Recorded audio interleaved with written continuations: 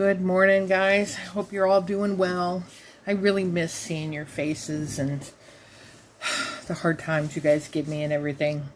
So today's lesson is very short. What we're going to do is we're going to find zeros. Now remember, zeros are the same as where the graph crosses the x-axis. It's also solutions, answers, those kinds of things. So the whole point of learning how to do this polynomial division and then factoring is so that you can then find the zeros, the answers. So it lets us solve polynomials that have a power bigger than 2. Okay, so this is the way it's going to work. It's going to say find the zeros.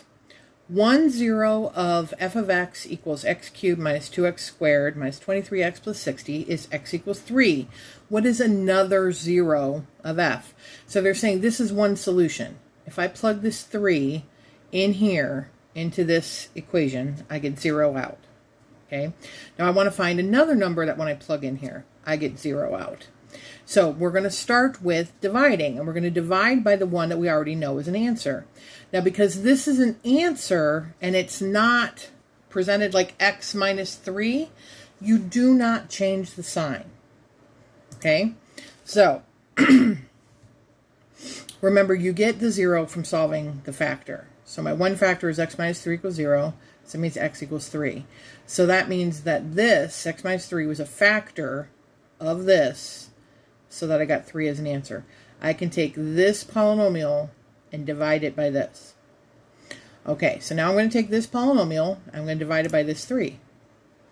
Remember, do not change the sign. Not when they give you the 0. All right, so bring it down to 1, multiplying by 3, multiplying by 3 again. Negative 23 plus 3 is negative 20.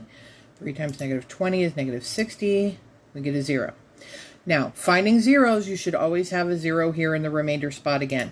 It's just like the factoring, because what we're going to do is we're just going to take it one step further. Okay?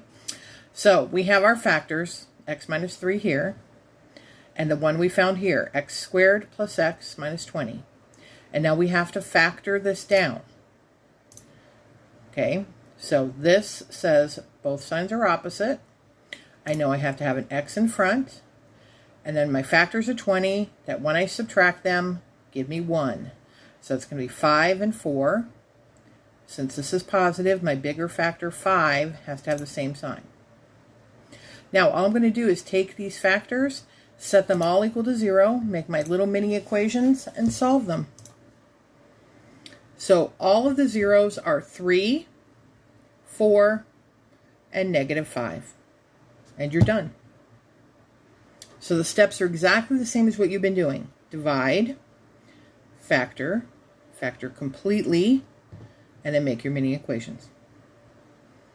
Okay. So here it tells us all of the zeros. The 3, 4, negative 5. Okay. We're going to go through this one. Given f of x equals 10x cubed minus 81x squared plus 71x plus 42, and 7 as a 0, find the other zeros. Notice they didn't give us an x plus 7 or an x minus 7, so that means we're only going to divide by this 7. Okay, so I've got my 10, my negative 81, my 71, and my 42. Bring down the 10. 10 times 7 is 70. Negative 81 plus 70 is negative 11. Times 7 is negative 77. 71 minus 77 is negative 6. And 7 times negative 6 is negative 42, which gives me a 0. So now my factors. This is where the opposite sign comes in. To get 7, I had to start with x minus 7. And then this becomes 10x squared minus 11x minus 6. I'm going to finish factoring. Okay, remember, this says the signs will be opposite. Now, I need an x in here, but I also need factors of 10. So I'm going to start with 5x and 2x. And then I need factors of 6. I chose 3 and 2. Now we have to check.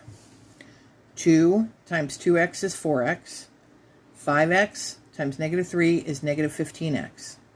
So negative 15 plus 4 is negative 11. Okay, now I have to make my mini equations. So I'm going to do 5x plus 2 equals 0 and 2x minus 3 equals 0. Remember what I'm going to do is I'm going to subtract 2. That's where I get the negative 2. And then I'm going to divide by 5. So I get my negative 2/5. Add the 3.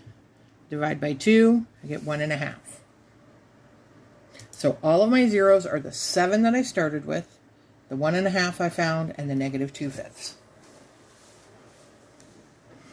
Okay, so your next assignment is going to be assignment 8. There's going to be several problems here, and you're going to have to type them in just like you did. So remember, you're doing the exact same thing you've been doing. Divide, factor, just take it one more step further and make your mini equations. Okay, hope you're all doing well, and remember to get a hold of me if you have questions. Thanks.